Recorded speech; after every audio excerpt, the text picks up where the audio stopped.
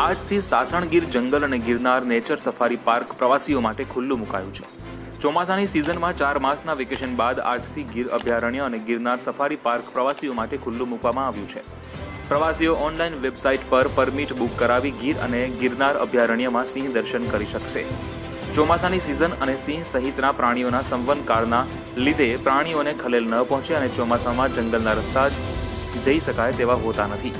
આથી સાસણગીર અભયારણ્ય 15 જૂનથી પ્રવાસીઓ માટે બંધ કરવામાં આવે છે। ચોમાસું પૂર્ણ થતાં ગીર અભયારણ્ય અને ગિરનાર જંગલમાં નેચર સફારી પાર્ક તેના નિયત રૂટ આજથી પ્રવાસીઓ માટે ખુલ્લા મૂકવામાં આવ્યા છે। ઉલ્લેખનીય છે કે વન્ય વિભાગ દ્વારા પ્રવાસીઓ પ્રવેશી શકે તે માટે ઓનલાઈન ટિકિટનું બુકિંગ પણ શરૂ કરી દીધું છે, જેને લઈ પ્રવાસીઓમાં પણ 4 માસ બાદ ફરીથી સિંહ સદન ખુલ્લું મૂકવામાં આવતા વરસાદ બાદ લીલીછમ વનરાઈઓ અને પ્રાકૃતિક વાતાવરણ તથા એશિયાટિક સિંહો ઉપરાંત સાસણ ખાતે અન્ય વન્ય સૃષ્ટિઓનો પણ નજારો જોવા મળશે। ગીર અભયારણ્ય, સાસણગીર અને નેચર સફારી પાર્ક માટે ઓનલાઈન પરમિટ બુકિંગ વેબસાઇટ પરથી બુક કરી શકાશે। સિંહ દર્શન કરવા જતા પ્રવાસીઓને સરકારે જાહેર કરેલ કોરોનાની મુજબ માસ્ક, સોશિયલ ડિસ્ટન્સ સહિતની બાબતનું પાલન કરવાનું રહેશે।